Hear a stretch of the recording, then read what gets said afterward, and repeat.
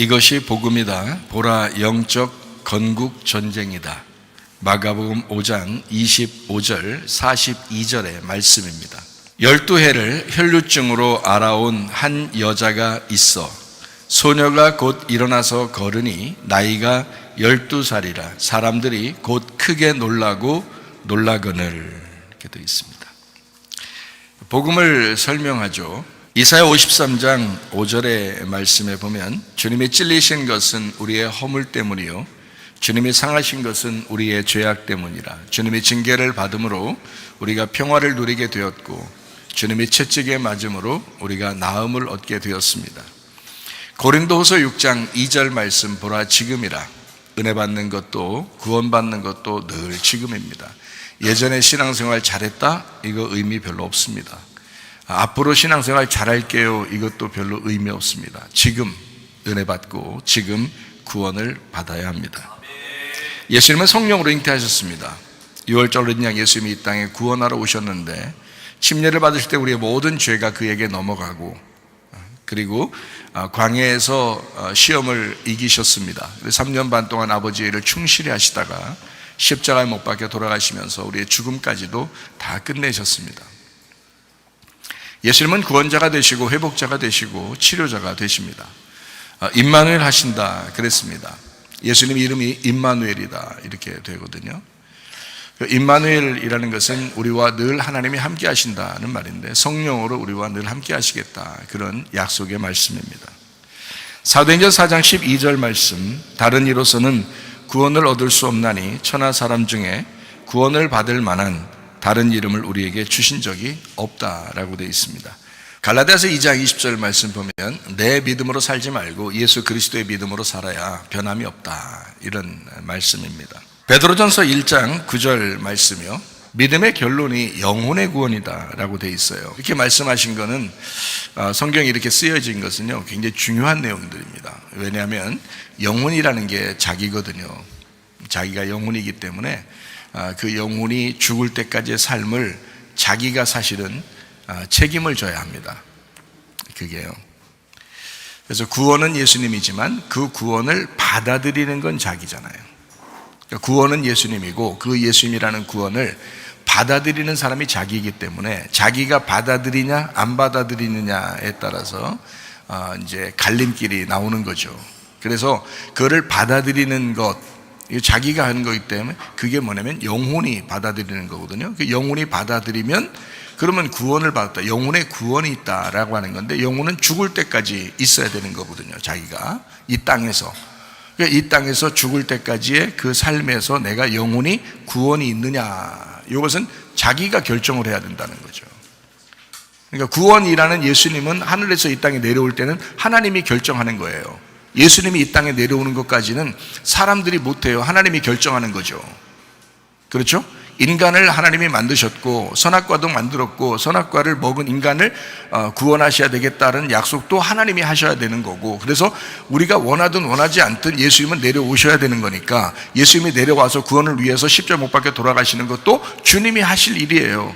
그는 주님께서 하시는 구원이라고요. 그래서 구원이라는 예수님을 내가 받아들인다는데 구원을 받았다 이렇게 말하는 거잖아요. 내가 받아들이느냐 영혼이 내가 받아들이느냐 아니면 내 영혼이 그걸 거부하느냐 이건 자기가 하는 거란 말이에요. 책임은 다 자기에게 있는 겁니다.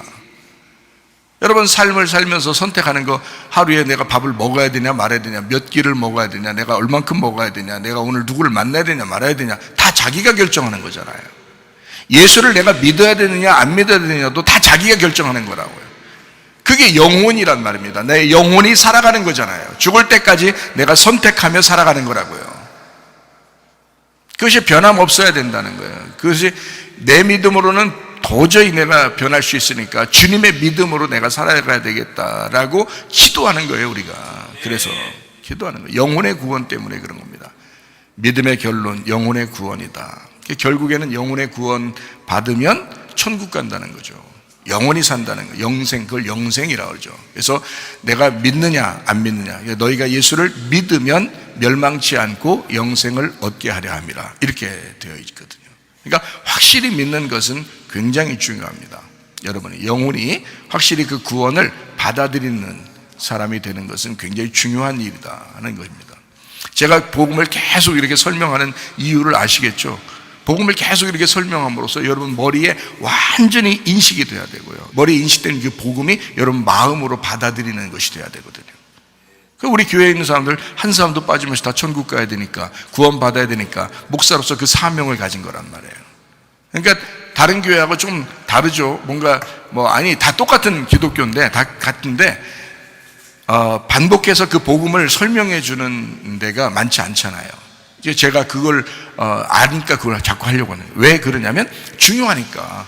다른 교회야 다른 목사님이 계시니까 그렇게 자기들 교회를 자기가 책임져서 하겠지만, 나는 우리 교회의 목사니까 우리 교회에 다니는 사람들은 어쨌든 제 책임이잖아요.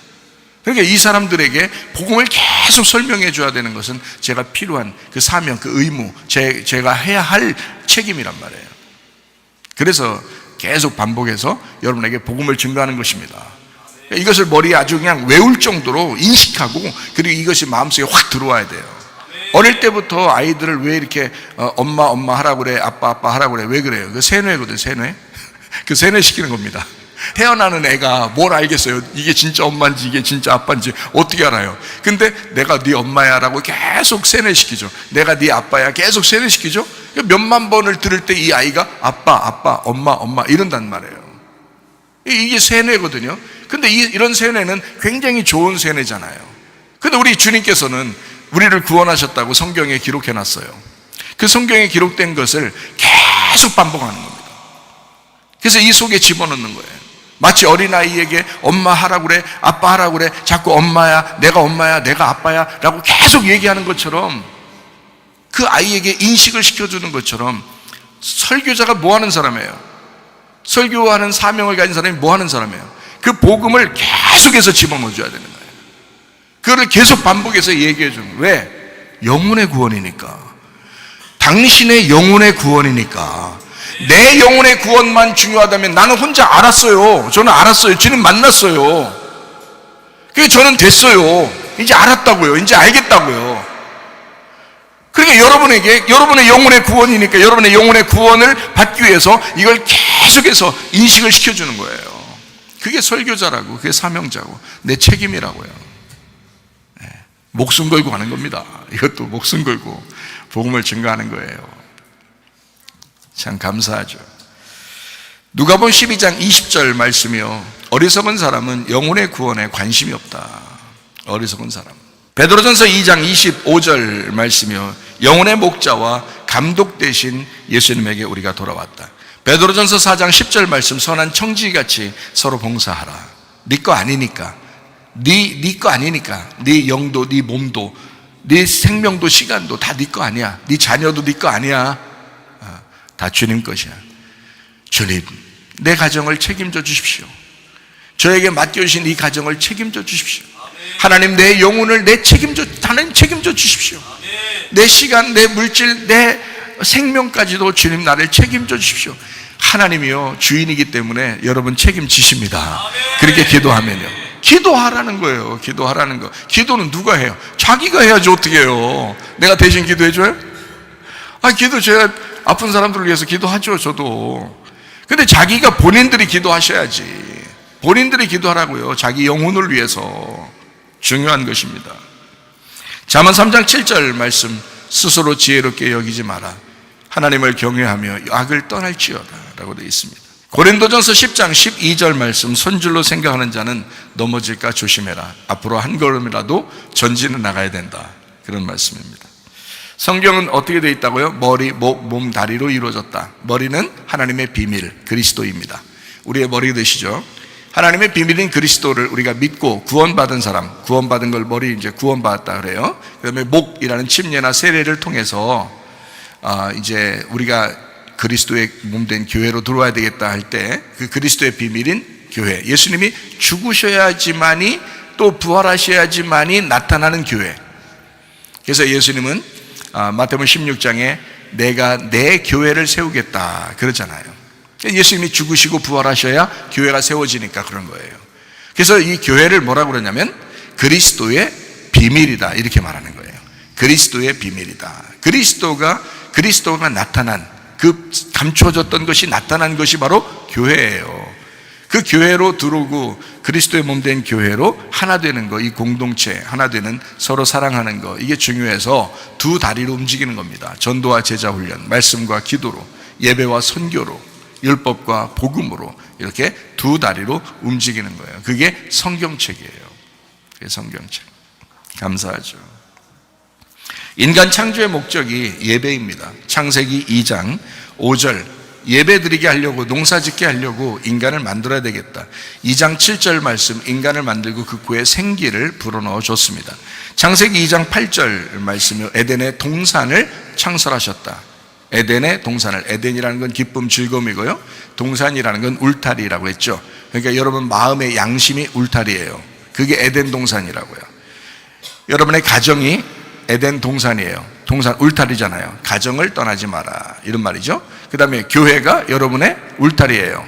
동산이라고요. 그래서 교회 안에서 예배를 잘 드려라, 이렇게 농사 지어라, 네 마음의 농사를 잘 지어라, 이제 이런 이야기가 바로 에덴 동산입니다.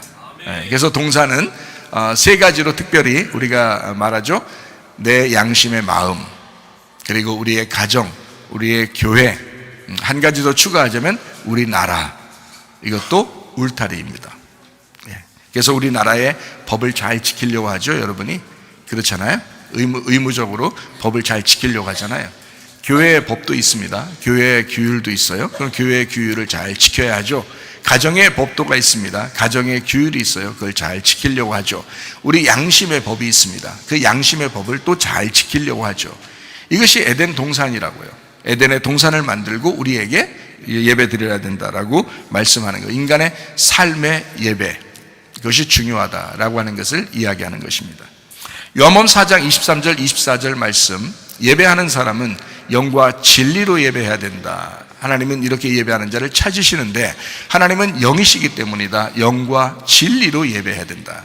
그래서 영이라는 말씀이신 하나님을 진리라고 하는 파헤쳐져 감춰지지 않은 그것이 드러난, 그래서 하나님을 알게 되는 것이 바로 예배라고 하는 것입니다. 그렇게 예배하는 자를 하나님이 찾으신다는 거예요. 하나님을 끊임없이 알아가는 것이죠. 왜냐하면 영혼이 하나님을 만나야 되니까, 계속 하나님 안에서 살아가야 되니까 끊임없이 말씀, 영과 진리의 말씀으로 계속 깨달아가는 것입니다. 이해하는 거죠. 그렇게 예배하는 것입니다. 디모데전서 4장 5절 말씀과 기도로 거룩해진다라고 되어 있습니다. 요한복음 8장 32절 말씀, 진리를 알지니 진리가 너희를 자유롭게 하리라. 사람이 거짓말을 하게 되면 왠지 좀 숨고 싶고 좀 이렇게 감추고 싶고 그러잖아요. 외식적이게 되고. 그런데 진리를 이제 자기가 다 이제 드러나고 자기가 다 이제 파헤쳐지면요, 그냥 솔직해지잖아요. 솔직해지면 그러면 이제 자유롭습니다. 아이들이 다 막 태어나서 얼마 안 되면 막 빨개 벗고 돌아다니고 막 이러잖아요. 자유하잖아요, 애들이요. 다 자기를 뭐 감출 게 없잖아요, 아이들은. 근데 점점점 이제 나이가 먹어가면서 자꾸 자기를 감추기 시작해요. 뭐 화려하게 막 이렇게 포장하기 시작하고, 그러면 이제 복잡해지는 거예요. 그게 더 피곤한 것입니다. 옛날에 이런 말이 있죠. 거지가 깡통 하나 들고 다니면서 아들한테 얘기했다 그러죠. 어느 집에 불이 났어요. 그러니까 야, 저 불 나는 거 봐라. 아들이 이제 야, 어떻게 저렇게 저 사람들 어떻게 고통스러워서 어떻게 해요? 그러니까 아버지가 너는 다 이 애비덕인 줄 알아라, 이렇게 했다고 그러잖아요. 누가 더 복잡하게 살까요? 노숙자 3년 하면요, 집에 안 들어간답니다. 그만큼 이 자유롭다, 그렇게 얘기하는, 그게 자유인지 뭔지 잘 모르겠어요. 어쨌든, 뭐, 감출 게 없고, 가진 게 없으니까, 뭐, 편안하기도 하겠죠.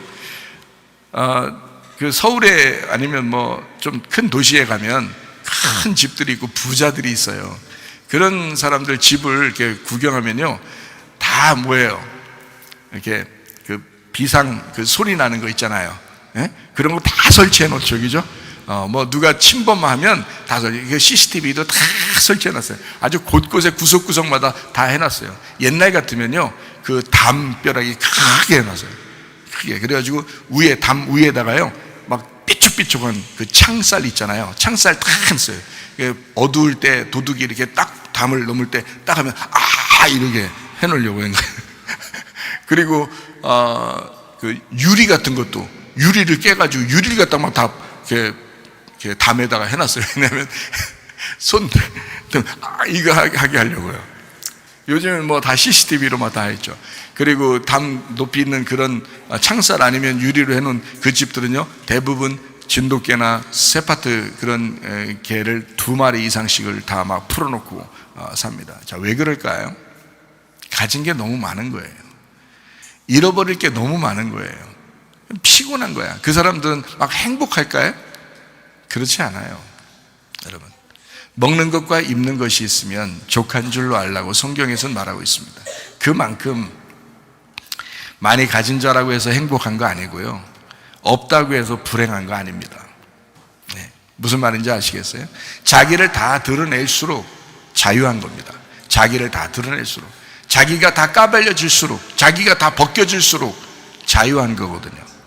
근데 자기를 포장하면 포장할수록, 자기를 더 많이 자기를 위하여 가지면 가질수록 더 불편스러운 거예요. 자유롭지가 못한 거예요, 여러분. 이해가 되시죠? 무슨 말인가? 진리를 알지니 진리가 너희를 자유롭게 하리라 그랬습니다. 마가복음 5장 25절 42절 말씀입니다. 12해를 혈루증으로 알아온 한 여자가 있어 소녀가 곧 일어나서 걸으니 나이가 12살이라 사람들이 곧 크게 놀라거늘이라고 되어 있습니다. 영적 건국 전쟁이다. 여기에 지금 마가복음 5장의 25절 42절의 말씀에 보니까 어때요? 다 12년 동안 혈루증을 앓고요, 12살 된 어린 여자아이가 이제 살아나는 그런 장면이 함께 마가복음 5장에 등장하는 거죠. 이렇게 같이 등장하는 거 보면 뭔가 12이라고 하는 것에 이제 초점이 맞춰져 있죠. 그렇죠? 구약 성경에 보면 구약의 지파가 몇 지파인가요? 12지파예요. 예수님은 제자들을 몇 명을 삼았나요? 12제자를 삼았습니다. 그렇죠? 하늘나라의 이제 이름도 12입니다. 하늘나라의 이름도요. 그래서 하늘에 계신 분이 이 땅에 내려와서 완성을 하게 되면 12이 돼요. 하늘에서 이 땅에 내려오면 이제 7안식이 되는 거고요. 7안식. 그리고 이것을 완성하게 돼 십자가 못 박혀 돌아가시면서 완성을 하게 되면 12이 되는 거거든요. 완성했다, 이렇게 되는 거예요. 그러니까 성경은 12로 완성이 됩니다. 그래서 12 곱하기 1000 그러면 어떻게 될까요? 12 곱하기 1000 그러면 12,000이 되죠. 12 곱하기 1000 그러면 12,000이 돼요. 12 곱하기 12이면 어떻게 되죠? 144가 되거든요. 곱하기 1000 하면 어떻게 돼요? 144,000이 됩니다. 이제 요한계시록에서 그 숫자가 이렇게 정해져 있는, 그러니까 12 곱하기 12 곱하기 1000 그러면 144,000이 되는 거예요. 그리고 성곽은 이렇게 딱 이제 규정이 되어 있는데 가로 세로가 144로 되어 있어요. 144규빗으로. 그러니까 12 곱하기 12로 되어 있는 거예요. 그리고 인구는 그 인구, 그러니까 그 천국의 그 숫자죠. 인구가 144,000으로 되어 있잖아요. 왜 그러면 12로 이루어졌기 때문에 그렇습니다. 그러니까 12이라는 숫자는 구약 성경에서나 신약 성경에서나 아주 중요한 숫자예요. 그러니까 여기 혈루증 앓는 여자가 12해를 그러니까 12해를 피를 흘렸다라는 말하고, 그리고 12살 소녀가 살아났다 하는 말은 굉장히 중요한 내용이죠. 이 두 개가요, 이 두 개가 연결되어 있는 이야기입니다. 연결되어 있는. 그러니까 잘 보세요. 12해를, 자, 12년을 피를 흘렸어요. 자, 정상적으로 보면 12년 동안 피를 흘렸다면 정상이에요, 비정상이에요? 완전 비정상이죠. 피를 흘리니까, 그럼 피 흘리면, 사람이 보통 피 흘리면 어떻게 되나요? 죽죠. 그런데 12년을 피를 흘렸어. 자, 죽어야 돼, 살아야 돼, 이거? 죽어야 돼요. 12년을 피를 흘렸어. 그랬더니 소녀가 죽는 거예요. 12살 아이가. 그렇죠? 자, 그래서 이 12살 아이를 예수님이 만나러 가려고 했거든요. 만나러 가는데 중간에 12년 동안 피를 흘리는 여자를 만난 거예요. 근데 예수님이 만나려고 했던 게 아닌데 그 여자가 예수님을 만나러 온 거예요. 그리고 그 사이에 그 소녀, 12살 먹은 소녀는 죽은 거예요.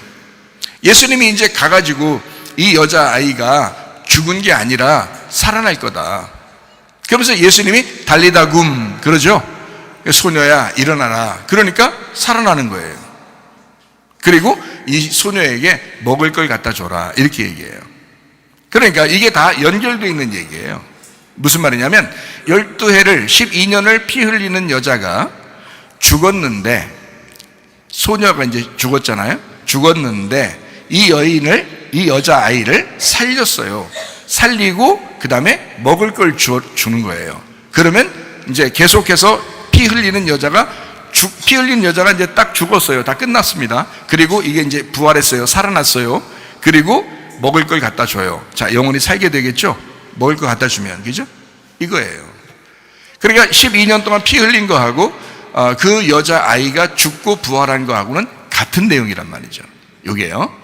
그러니까 요거를 이제 성서학자들은 이렇게 생각도 해요. 어떻게 하냐면 12년 동안 피 흘린 그 여인이 바로 12살 된 12년 동안 12살 된 그 아이의 엄마다. 이렇게 이야기도 합니다. 왜 그러냐면 이 아이를 이제 잉태하고 출산하면서 그 피를 흘리게 되는데, 그 피 흘린 것이 계속 이어져서 피를 흘리고 있는 거예요, 이 여자가. 이 소녀, 꼬마 아이는 이제 12년 동안 이제 살아가는 거죠. 이렇게 살아가고, 여인은 계속 이제 피를 흘리고 있는 겁니다. 그러다 이제 이 여자 아이가 죽어요. 예수님이 찾아가서 이 여자아이를 살려주는 장면입니다. 뭐 어쨌든 한 여자는 12년 동안 피를 흘리고 한 여자아이는 12살 먹은 여자아이는 살아나게 되었다. 이제 이런 12년 동안 피 흘린 여자도 괜찮아졌어요. 온전해졌습니다. 그러면서 이제 이 여자아이가 죽었다가 부활하게 되는 그런 놀라운 은혜가 마가복음 5장에 나타나 있는 이야기입니다. 보니까 예수의 복음을 증거하는 것도요, 건국 전쟁이더라고요. 건축 전쟁이라고도 할 수 있는데, 건축한다, 건국한다 같은 말이죠.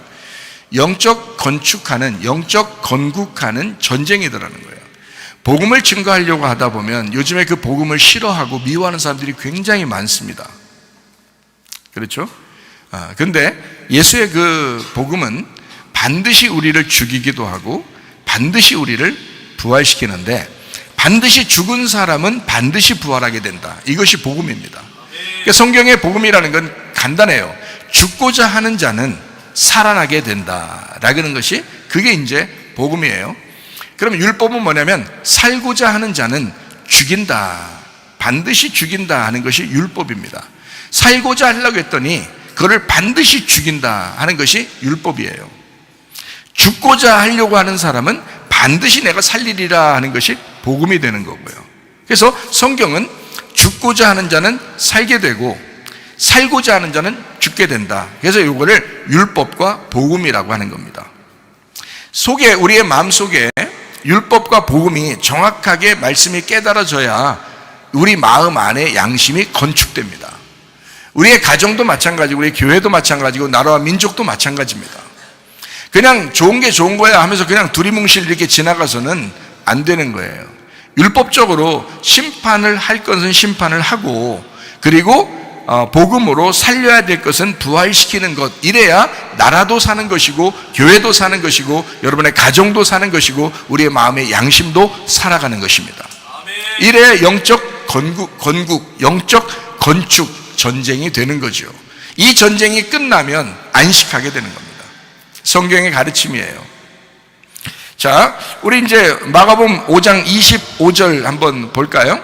12해를 혈루증으로 알아온 한 여자가 있다. 피를 흘리는 여자입니다. 피를 이렇게 흘리니까 이 여자를 뭘로 표현하는 거냐면요, 이 여자는 땅인 나입니다. 땅인 나. 자, 생각해 보세요. 땅인 내가, 혈루병 앓고 있는, 피를 흘리고 있는 내가 지금 계속 피가 흘러나가고 있어요. 땅인 내가 지금 피가 흘러나가고 있어요. 그러면 창세기 1장 2절의 말씀에 보면 땅이 혼돈하고 공허하며 흑암이 깊음 위에 있고 하나님의 영은 수면 위에 운행하시니라 그랬습니다. 자, 땅과 하늘이 완전히 분리되는 그런 장면이거든요. 이게 창세기 1장 2절이. 그러면 땅은 어떻게 됐다고요? 예, 빈 공간이 되었다는 것입니다. 빈 공간이 되었다. 그리고 어두워졌다는 겁니다. 그러니까 빈 공간이 되고 어두워졌다. 그래서 하나님은 그 물 위에 계시다는 거예요. 그러니까 땅에 같이 있으면은 어둠에 하나님이 같이 오게 되면은 어둠이 이제 빛을 받는 거잖아요. 하나님이 빛이니까. 그런데 하나님은 이 어둠에 있는 거를 그대로 두시고 수면 위에 계시는 거예요. 따로 떨어져 있는 겁니다. 1장 2절이 그런 거예요. 그런데 1장 이제 3절에 보면 빛이 오시죠.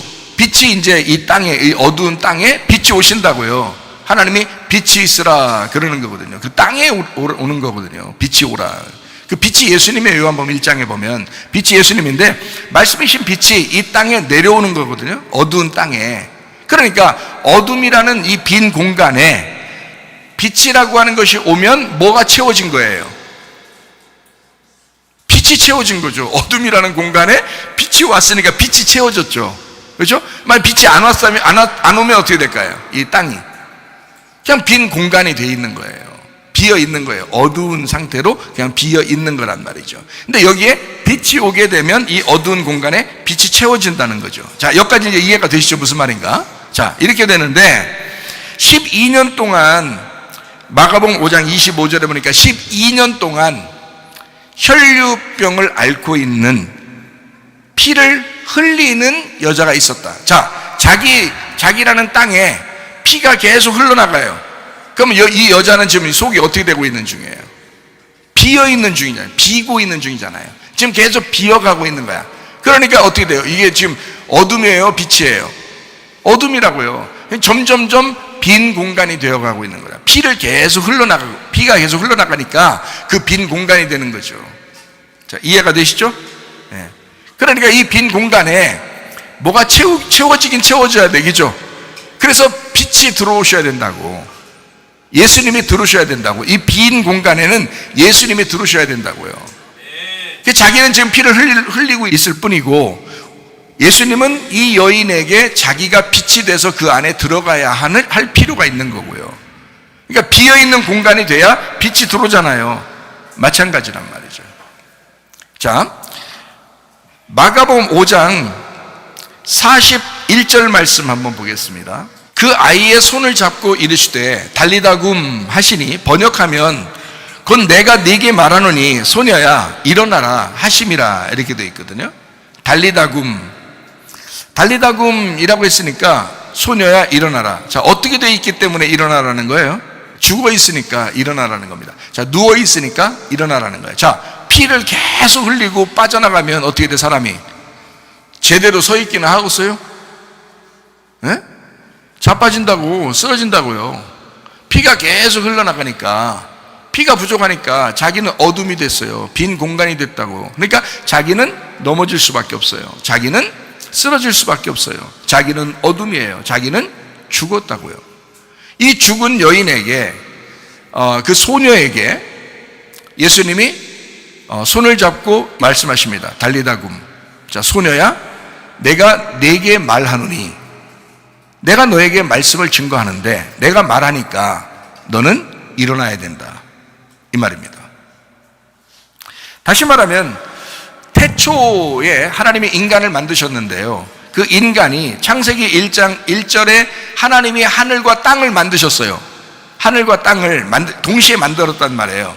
그러니까 하나님이 창조에 만들었다, 창조하셨다, 하나님이 창조하셨다, 시작이 창조다, 창조인데 그 창조에 하나님이 계시고 그 다음에 하늘도 있고 땅도 있다. 이게 창세기 1장 1절이거든요. 그런데 거기서 어둠이 된 곳은 창세기 1장 2절에 땅이에요. 땅이 어두워졌다고. 거기에다 창세기 1장 3절에 빛이 들어온 거라고요. 무슨 말인지 아시겠어요? 그러면 자, 이렇게 혈병 여자가 피를 자꾸 흘리니까 자기의 속이 공허해지고 어두워지고 빈 공간이 됐어요. 거기에 예수님께서 이제 그 안에 들어가셔야 된다고요. 그래서 이 여자가 피를 흘리고 죽은 그 여자에게 예수님이 찾아오시는 거예요. 그 속에 들어가시는 거야. 뭐가 돼서 들어가야 돼요? 피를 흘렸으니까 피가 들어가야지 살죠. 이해가 됩니까? 자, 피를 흘렸으니까 예수의 피가 들어가야 된다고요. 그러니까 보세요. 성경은 어떻게 되어 있냐면, 자, 사람이 자기 피를 가지고 살게 돼 있어요. 근데 이 사람이 죄 가운데 죄를 짓네요.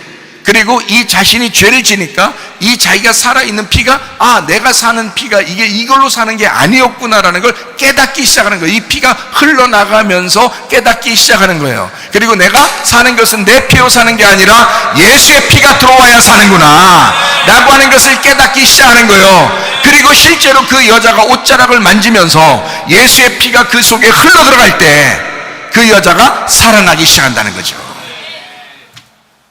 이거를 달리다굼, 소녀야 일어나라. 다시 너에게 창조가 시작되게 하겠다. 다시 너에게 태초가 시작되게 하겠다. 너를 내가 다시 창조하겠다라는, 소녀야 일어나라. 이것은 그날로 끝났을까요? 아니에요. 계속 우리에게 말씀하시는 거라고요. 예수님께서 말씀하시기를 내가 네게 말하노니 소녀야 일어나라. 죽어있는 너희들은 일어나라. 어둠인 너희들은 일어나라. 자빠져있는 너희들은 일어나라. 달리다굼. 다시 시작하자. 다시 시작하자. 주님의 말씀입니다. 네가 혼자 살아가는 것은 완전하지 못해. 그건 죽어야 돼. 죽은 너희들은 내가 다시 일으킬 거야. 그리고 다시 살아나야 돼. 그리고 다시 창조가 시작되는 거야. 너로부터 시작되리. 나로부터 시작되리. 창조가 다시 시작되는 거야. 요한복음 19장 30절 말씀입니다. 예수께서 신포도주를 받으신 후에 이르시되 다 이루었다 하시고 머리를 숙이니 영혼이 떠나가시니라. 예수님도 다 이루었다 하고 죽었다 이렇게 되어 있습니다. 자, 예수님이 다 이루었다 했으니까 다 끝났다라는 말이거든요. 다 끝나면 끝난 게 아니야 이런 말 있죠. 야, 졸업은 졸업이 아니야 이런 말 있죠. 마찬가지예요. 끝났어요. 끝난 게 아니야. 끝났다고 하면 그게 끝난 게 아니야 라는 말이에요. 무슨 말이에요? 다 이루었다 그랬으니까 어떻게 돼야 돼요? 끝난 게 아니니까 어떻게 돼? 다시 시작된다는 말이죠. 자, 내가 다 이루었어 라는 말은 다시 시작하겠다 그 말이잖아요. 자, 생각해 보세요. 하나님이 이 세상을 창조했습니다. 그리고 예수님은 십자가 못 박혀 돌아가시면서 자기가 다 이루었다, 다 끝냈다 그랬습니다. 그러면 이제 없어진 거예요? 이제 없는 거예요? 그 다음부터는? 아니죠. 창조가 다시 시작되겠다는 거죠. 창조를 다시 시작하겠다. 이제 다 끝났다. 이제는 안식 안에서 다시 시작해야 되겠다. 창조를 내가 다시 시작할 거야. In the beginning, 다시 시작 안에서 내가 너희들을 세울 거야. 세울 거야. 창조가 새로 시작되게 하겠다라는 말입니다. 창세기 2장 1절 2절입니다. 천지와 만물이 다 이루어지니라. 하나님이 그가 하시던 일을 일곱째 날에 마치시니 그가 하시던 모든 일을 그치고 일곱째 날에 안식하시니라. 이렇게 되어 있어요. 일을 다 끝나면요 안식합니다. 이 일이 다 끝나면 안식해요. 그게 영적 전쟁이 끝나면 휴식이 온다는 말입니다. 영적 전쟁이 끝나는 사람은 다시 시작하는 것이 오는 거예요. 창조의 다시 시작, 안식이 온다는 말입니다. 자, 다시 말하면 하나님은요 우리가 이 세상 사는데 우리 죽을 때까지 다 우리를 간섭하시죠. 영혼을 간섭하시죠. 말씀으로 간섭하시고 우리가 딱 죽었어요. 죽으면 이제 그때가 끝나는 거예요? 이 영혼이 다 사라져 버리는 거예요? 아니죠.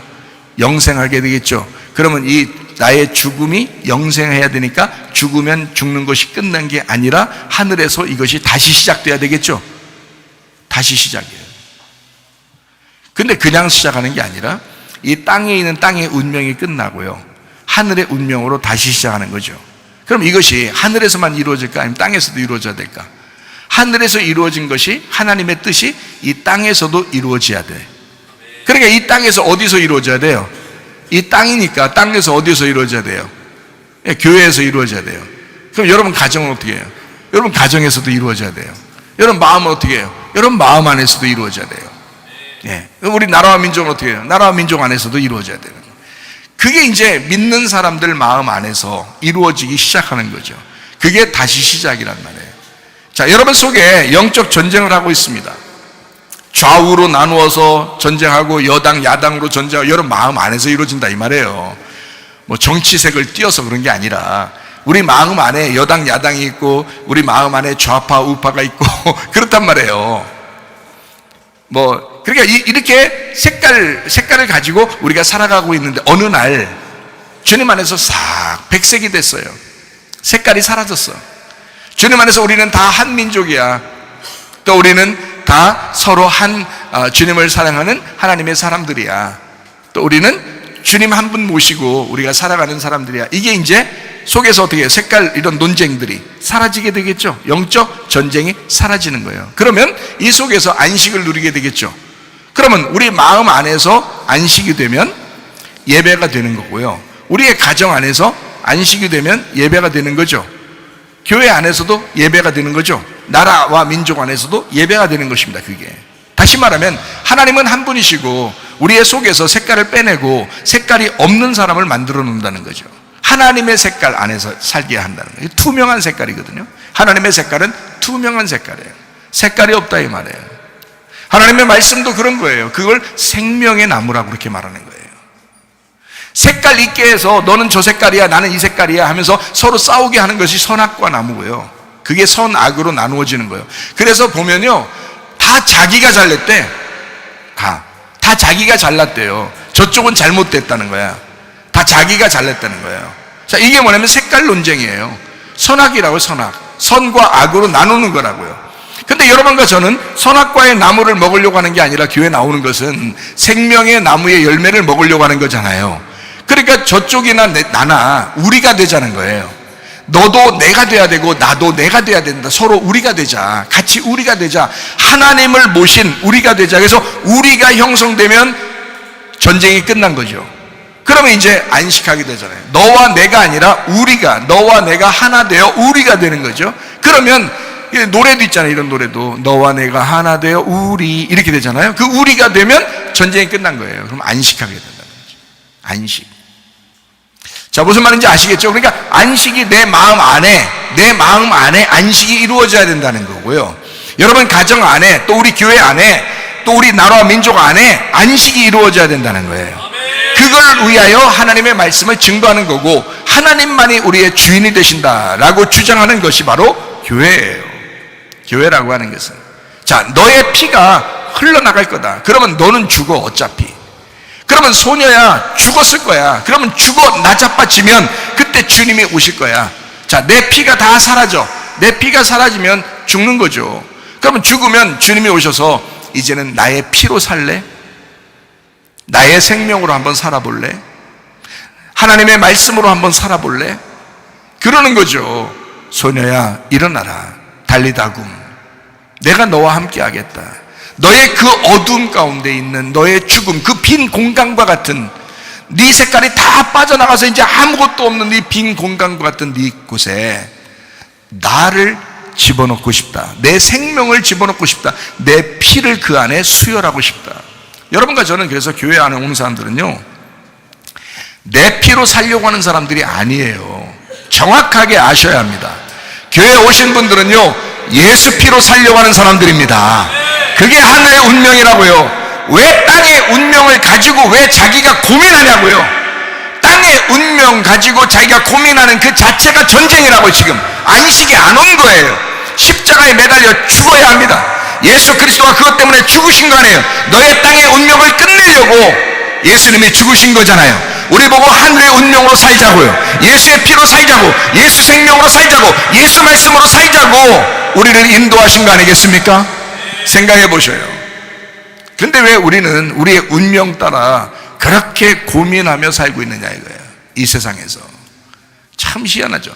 자기 거 내 거 자기를 드러내려고 그렇게 애쓴단 말이에요. 사람들이 참. 예수 믿는 사람들 간단한 방법이 있습니다.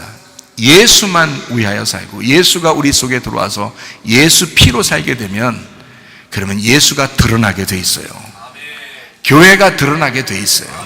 그건 당연한 것입니다. 내가 드러나는 게 아니라 우리가 드러나게 돼 있어요.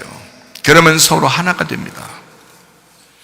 그러려고 교회에서 가르치는 거고 설교하는 거잖아요. 교회가 서로 분리시키려고 교회에서 설교하는 거 아니잖아요. 서로 연합하고 서로 하나가 되게 만들려고, 평화가 이루어지게 하려고, 평안이 이루어지게 하려고, 예수의 부활 안에서 네가 평강할지어다 라는 그 평안이, 그 에이렌의 그 하나됨, 그 연합, 그 일치함, 이것을 가져오게 하려고 하나님 말씀을 증거하는 거잖아요. 근데 사람들이 자기 색깔을 가지고 다른 사람을 너무 미워하는, 특별히 세상은 교회를 너무 미워하는 경향이 있더라는 겁니다. 교회는 세상도 사랑하면서 좀 받아들이려고 하는데 세상은 교회를 너무 미워하는 경향이 있더라. 그리고 복음을 너무 미워하는 경향이 있더라. 참 이상하죠. 죽어야 합니다. 어쨌든 죽어야 합니다. 내 자신이 죽을 때 예수 그리스도가 우리를 살리시는 거거든요. 달리다굼 소녀야 일어나라. 죽었다가 일어나면요, 재창조가 일어난 것입니다. 다시 살아나는 것이다. 다시 창조된 것이다. 그렇게 우리는 살아가는 것입니다. 영적 전쟁이 끝나면요, 다시 시작합니다. 계속 다시 시작하는 거예요. 또 우리가 죽죠, 또 다시 시작하는 겁니다. 또 우리가 끝나죠, 다시 시작됩니다. 완성이 되죠, 다시 시작되는 겁니다. 다 이루었다 하면 다시 시작하는 겁니다. 새로운 시작이 우리에게 끊임없이 오는 거, 계속 이게 in the beginning 하는 거죠. 그 시작 안에서 살아가는 겁니다. 계속 우리는 다시 시작하는 거예요. 그게 재창조의 역사다. 여러분 속에서 건축되어져야 하는 이유입니다. 어둠에 빛을 채우는 전쟁, 빛의 전쟁이 끝나게 된다. 그러면 어떻게 되느냐? 마가복음 5장 43절. 예수께서 이 일을 아무도 알지 못하게 하라고 그들을 많이 경계하시고 이에 소녀에게 먹을 것을 주라 하시니라. 저 왜 아무도 알게 안 할까? 좀 많이 알려주면 더 좋았을 텐데. 그렇죠? 여러분은 알아요, 몰라요? 지금 이 얘기를 예수님이 알지 못하게 하라 했잖아요. 달리다굼을. 그러면 달리다굼을 이제 알았어요, 몰랐어요? 우리는 알았잖아요. 근데 아무도 모르게 하라는데, 여기 보니까 마가복음 5장 43절에 달리다굼 아무것도 모르게 하래요. 그런데 지금 우리는 다 알잖아요. 그럼 어떡하지? 아무도 모르게 하라는데 우리는 알았어요. 무슨 말이에요? 예수님이 십자가 못 박혀 죽기 전이에요. 그래서 사람들은 그 진리가 드러나지 않은 것입니다. 사람들에게는 진리가 드러나지 않으면 모르는 거예요. 그리고 율법 안에서는 모르고 있는 상태입니다. 예수님이 십자가 못 박혀 돌아가셔야 율법이 끝나요. 율법을 뒤집어 쓰시고 죽는 거거든요. 율법의 심판을 받는 것이 예수님이 십자가거든요. 이해가 돼요? 그러니까 예수님이 십자가 못 박혀 돌아가시기 전에는 율법의 시대라고요. 율법 안에 있는 거라고요. 그러니까 모르는 게 당연하고 몰라야 당연한 거고 감추어져야 당연한 거다. 이 사람들에게는 감추어졌어야 한다. 이 율법은 감추어지는 거니까. 그러나 내가 십자가 못 박혀 죽으면서 내 옷은 벗겨질 거야. 나는 다 벌거벗겨질 거야. 내 속에 있는 것이 드러나게 될 거야. 이게 진리야. 나의 죽음이 진리야. 그래서 그 진리가 드러나게 되면 진리가 너희를 자유하게 하고 진리가 너희를 다 알게 할 것이다. 그래서 우리는 오늘 말씀을 듣는 여러분과 저는 알게 된 것입니다. 그 전에는 모르죠. 몰라야 당연한 거고. 이해가 되시겠어요? 자, 이에 소녀에게 먹을 것을 주라라고 했습니다. 먹을 것을 주라. 자, 뭘 먹이는 거예요? 그 당시에 뭘 먹었을까 또 연구해야 되나요, 우리가? 그 당시에 뭘 먹었을까? 빵 먹죠, 뭘. 그럼 밥 가져와라, 반찬하고, 시래기국하고 가져와라. 누가 시래기국 하니까 실외기국 이렇게 하면 안 되죠. 실외기국 아닙니다. 시래기국 가져와라. 야, 된장. 우리나라 사람들만 아는 거지, 이런 말은. 시래기국 가져와라. 그러면 시래기국 딱 가졌어요. 얼마나 맛있게 먹었더라. 이 얘기예요? 아니에요. 그때는 빵이에요, 빵. 빵을 만들 때는 다 어떤 걸로 만들어요? 가루가 어떤 가루? 고운 가루로 만들어요. 완전히 부셔진 가루가 돼야 하나의 빵이 되는 것입니다. 이 하나의 빵이 예수님 안에서의 교회예요. 그게 그 하나의 빵이. 이 빵 안에서는 유대인도 이방인도 없다. 이거는 서로 하나가 된 빵이다. 그래서 하나, 모든 완전히 가루가 된 자들이 모여서 하나의 그 빵이 된다는 거예요. 모든 가루. 그래서 굵은 가루는 있을 수 없습니다. 굵은 가루는 교만을 말하는 거고요. 고운 가루는 겸손을 말하는 것입니다. 겸손한 사람에게만 은혜가 있고 그 은혜 받은 사람들이 모여서 하나의 빵, 연합된 일체, 공동체, 하나의 교회가 되는 것이다. 자기를 드러내려고 하는 것이 아니라 우리를 드러내려고 하는, 그 빵 하나를 드러내려고 하는, 그 교회를 드러내려고 하는 그런 사람이 되는 것이다. 이게 바로 공동체예요. 교회라고요. 여러분, 자기가 아니라니까요. 예수를 드러내려고 하는, 교회를 드러내려고 하는 자들이다. 그게 우리 교회라고요. 공동체, 하나의 빵이다. 자, 이런 빵을 주어라, 이 여자에게. 왜, 어떻게 했으니까? 죽었다가 살아났으니까. 죽었다가 살아났으니까 빵을 주어라. 먹을 거를 좀 주어라. 이런 거죠. 자, 마태복음 6장 11절 말씀입니다. 오늘 우리에게 일용할 양식을 주시옵고 라고 되어 있습니다. 오늘날 우리에게 일용할 양식을 주시옵고. 자, 어떤 걸까요? 예, 매일 먹는 빵이에요. 그리고 내일의 양식입니다.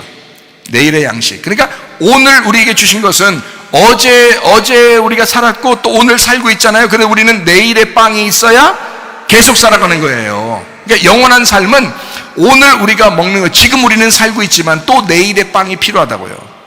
그래서 오늘 먹으면서 내일의 빵이 필요하고, 오늘 먹으면서 또 그 내일의 빵이 내가 내일로 가면은 그게 오늘의 빵이 되는 거예요. 또 오늘의 빵은 내일 이제 자고 일어나서 내일 가면 또 그게 오늘의 빵이 되는 거예요. 그래서 날마다 오늘의 빵을, 그 내일의 빵을 주십시오. 어제의 빵 아닙니다. 오늘의 빵이라고 하는 것은 내일의 빵이 내가 내일로 가기 때문에, 내가 어제로 가는 게 아니잖아요. 이해가 됩니까? 내가 어제로 가는 게 아니기 때문에 오늘의 빵이라는 건 내일의 빵이라고요. 내가 내일로 가잖아요. 계속 내일로 가잖아요. 내일에 가면 오늘이고 내일에 가면 또 오늘이기 때문에 그 하나님의 빵을 주십시오. 하나님의 양식을 주십시오. 나의 내일을 주십시오. 나의 영원한 생명을 주십시오. 그 말씀을 주십시오. 이 말이에요. 오늘날 우리에게 일용할 양식을 주시옵고 내일의 양식을 주십시오. 하나님, 내가 오늘 살고 있지만 내일의 양식을 주십시오. 이 말이에요. 그게 소녀야, 일어나라. 그리고 먹을 것을 이 여자에게 주어라. 이 아이에게 주어라. 그러면 살아난다. 그게 오늘만 살고 끝나는 게 아니라 내일을 살게 하는 그 양식들이라는 거죠. 그 말씀들. 그 소녀의 손을 잡으시고 달리다굼 했습니다. 마가복음 5장 41절 말씀입니다. 그 아이의 손을 잡고 이르시되 달리다굼 하시니, 번역하면 곧 내가 네게 말하노니 소녀야 일어나라 하심이라 라고 되어 있습니다. 내가 너에게 말하노니 일어나라. 자, 이게 그 당시에 그 소녀에게만 이야기한 것일까요? 여러분한테는 이야기하는 게 아닐까요? 생각해봐요. 이 성경책에 쓰여진 것은 누구에게 쓴 것입니까? 누구 읽으라고 쓴 것입니까? 바로 여러분과 저를 읽으라고 쓴 거잖아요. 여러분과 저에게 말씀하시는 주님의 말씀입니다. 김집사야, 한집사야, 박집사야, 일어나라. 내가 내게 말하노니 일어나라. 무슨 말인지 아시겠어요? 이 소녀에게 말한 것은 바로 여러분과 저에게 지금 말씀하시고 있는 것이다. 지금 달리다굼, 영혼을 일으켜 세우는 생명의 메시지가 있는 곳에 낙심도 희망으로 되살아날 것입니다. 생명의 피가 소실되는 곳에 사망이 옵니다. 사망이라는 그 어둠에 예수 생명의 피가 채워진 곳입니다. 달리다굼, 소녀야 일어나라. 마가복음 5장 34절 말씀과 동일한 말씀이죠. 예수께서 이르시되 따라 네 믿음이 너를 구원하였으니 너 살아났으니 평안히 가라. 네 병에서 놓여 건강할지어다. 평안히 가라. 네 병에서 놓여 온전해질지어다. 여기에 보면 마음의 평안과 몸의 건강과 영의 구원이 동시에 일어나는 장면. 마가복음 5장 41절 말씀에 그 아이의 손을 잡고 이르시되 달리다굼 하시니, 번역하면 곧 내가 네게 말하노니 소녀야 일어나라, 이렇게 말했습니다.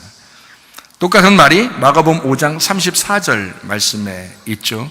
예수께서 이르시되 따라 네 믿음이 너를 구원하였으니 평안히 가라. 네 병에서 놓여 건강할지어다, 이렇게 말씀합니다. 자, 동시에 일어나는, 자, 몸의 질병도 어떻게 돼요? 여러분, 치료받아야 되죠. 그러면 몸의 질병만 치료받고 우리 영혼은 어떻게 해요? 영혼도 건강해야 되겠죠. 우리 영은 어떻게 돼야 돼요? 영도 구원받아야 되겠죠. 그죠? 영의 구원, 또 영혼의 구원, 그리고 몸의 질병의 그 치료, 그래서 구원, 이것이 같이 일어나야 되겠죠. 데살로니가전서 5장 23절 말씀입니다. 평강의 하나님이 친히 너희를 온전히 거룩하게 하시고 또 너희의 온 영과 혼과 몸이 우리 주 예수 그리스도께서 강림하실 때에 흠없게 보존되기를 원하노라, 이렇게 되어 있습니다. 이거 하늘나라 올라가 있을 때 얘기하는 그 말씀인가요? 아니죠. 지금 우리가 살아가는 동안, 내 양심을 가지고 내 마음 안에서 살아가는 동안, 또 여러분 우리 가정에서 살아가는 동안, 우리 교회에서 살아가는 동안, 또 나라와 민족을 안에서 우리가 살아가는 동안 일어나는 일이에요. 내 영과 내 혼과 내 몸이 흠없이 보존되기를 원한다. 한 번도 아프지 말지어다라는 말이 아니에요. 그럴 수 있다. 그러나 너의 것이 빠져나가고 예수 그리스도의 생명이 오게 되면 너의 영이 건강하게 되고 너희의 혼도 건강하게 되고 너희의 몸도 건강하게 될 것이다, 이런 말입니다. 영과 혼과 몸이 다 건강해져야 된다. 소녀야 일어나라, 달리다굼. 그리고 그 여인에게는 12년 동안 피 흘린 그 여인에게는 평안히 가라, 네 믿음이 너를 구원했다. 그리고 그 여자가 온전하게 되었다라는 말입니다. 우리의 영도 건강해야 되고 우리의 혼도 건강해야 되고 우리의 몸도 건강하셔야 합니다. 빠져나가는 피가 있으면 다시 스며 들어오는 피가 있죠. 우리의 피가 빠져나가는 곳에, 그리고 어두침침하고 그 어둡고 빈 공간에 예수 그리스도의 피가 들어오게 된다는 겁니다. 이걸 선순환이라고 그러는 거죠. 날마다 나의 피는 빠져나가야 되고 날마다 예수 그리스도의 피가 들어와야 된다. 둥글게 회전한다는 겁니다. 선순환입니다. 계속해서 선하게 순환한다, 이런 말이죠. 일어나라, 달리다굼 소녀야 일어나라, 평안히 가라, 먹을 것을 주어라. 같은 거죠. 평안히 가라, 먹을 것을 주어라. 병에서 온전해질지어다, 달리다굼. 같은 말입니다. 우리 주님은 이렇게 여러분 안에서, 우리의 몸 안에서 건강하기를, 또 온전해지기를 원하시는 주님이십니다. 우리의 영혼이 또 그렇게 건강하기를 원하시는 주님이십니다. 우리의 혼과 우리의 몸이 다 건강하기를 원하시는 주님이십니다. 자, 한마디 하고 마치도록 하겠습니다. 주님의 옷자락을 만진 그 여자, 옷자락을 만지니까 그 옷자락에서 생명이 흘러나왔어요. 그리고 그 여자는 살아나게 됐습니다. 온전하게 됐어요. 가만히 한번 생각해 보십시다. 예수님의 옷은 어떤 옷일까요? 예수님의 옷이 뭐 옛날 옷 같으면 통으로 이렇게 쭉 돼 있는 그런 옷이거든요. 그럼 그 옷은 어떤 옷을 이야기하냐면 제사장들이 입는 옷이에요. 예수님의 옷은요. 예수님은 이 땅에 뭐 하러 오셨어요? 제사장의 역할로 하나님과 사람 앞에 이렇게 연결시켜주는, 하나님 만드신 그 인간들의, 그 죄인된 인간들을 하나님하고 연결시켜주기 위해서 제사장으로 오신 분이거든요. 그 제사장으로 오신 그 옷, 그 제사장의 옷을 입고 계신 그 주님이 그 옷을 입고 가고 있다고요. 그래서 여자가 피를 계속 흘리는 그 여자가요, 다른 사람들이 막 무시하는 그 여자가, 많은 의원에게 갔지만 다 형편없이 자기를 오히려 더 곤란하게 만든, 다 잃어버린, 자기가 가진 건 다 잃어버린 빈 공간과 같고 어둠 속에 있는 그 여자가 그 옷을 만진 거라고요. 그 제사장의 옷을 만진 거라고요. 만지니까 예수의 피가 흘러 들어가는 거예요. 그 여자에게 예수의 생명이 흘러 들어가기 시작하는 거예요. 자, 이 옷은 뭐 깡통하게 여기 그 미니스커트처럼 이렇게 입고 다니는 그런 통옷일까요? 아니면 이렇게 좀 땅에 좀 끌리는 그런 옷일까요? 좀 땅에 좀 약간 끌리는 옷이시겠죠? 그러면 그 당시에는 도로가 포장이 잘 돼 있지 않기 때문에 대부분 어떤 길을 갈까요? 흙으로 있는 그런 길, 이런 길을 가겠죠. 먼지가 많은 길을 갈 것입니다. 그러면 그 옷자락에는 먼지나 흙이 좀 있을 것이고요. 그리고 그 옷자락은 어떨 때는 땅에 끌리는 그런 옷일 것입니다. 그런데 그 여자가 그 옷자락을 만진 겁니다. 그 땅에 끌리는 그 옷자락을 만진 겁니다. 근데 거기에서 예수의 생명이 흘러들어가기 시작하는 거예요. 이 저자가 온전해지는 것입니다. 예수님의 옷은 제사장의 옷이에요. 자, 하나님과 인간을 연결하는 옷이라고요. 그러면 여러분과 저는 지금 교회 나와서 예배드리는 사람들은요, 어떤 사람들이에요? 예수님의 옷과 같은 사람들이라는 거죠. 여러분과 저는 예수님을 덮기 위해서, 예수님을 포장하기 위해서 덮여 있는 교회라고요. 예수님이 우리를 입고 계시다고요. 그러면 때로는 땅에 끌린다고요. 때로는 우리가 무시당한다고요. 때로는 우리가 좀 다른 사람에게 좀 깨끗해 보이지 않을 수가 있다고요. 다른 사람들이 우리를 미워할 수도 있다고요. 그런 사람들이라고요. 근데도 혈류병 여인, 죽어가는 그 여인에게는 이 옷이, 여러분과 제가, 형편없는 여러분과 제가, 이 옷이 예수 그리스도의 피의 통로가 된다고요. 죽어가는 어떤 여인에게는 우리가 피의 통로가 된다고요. 생명의 통로가 된다고요. 그 예수를 전달하다가 가는 그 사명을 감당하는 것이 바로 옷자락인 것입니다. 아멘. 여러분과 제가 이 주의 옷자락이 되어 주의 옷자락의 사명을 감당하다가 주님 만나시기를 바랍니다.